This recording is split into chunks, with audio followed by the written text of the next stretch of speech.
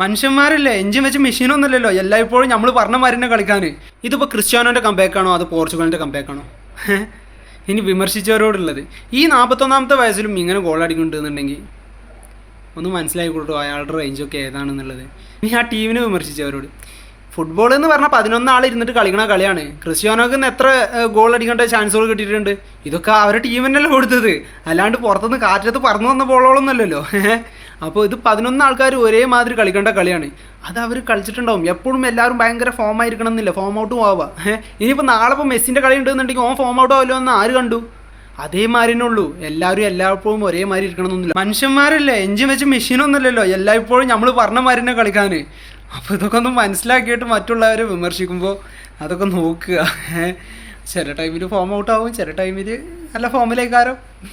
പക്ഷെ കളീൻ്റെ പേസ് നോക്കുകയാണെന്നുണ്ടെങ്കിൽ ഒരു സ്ലോ ബേസ് മോഡായിട്ടൊക്കെ തോന്നിയിരുന്നു കുറേ.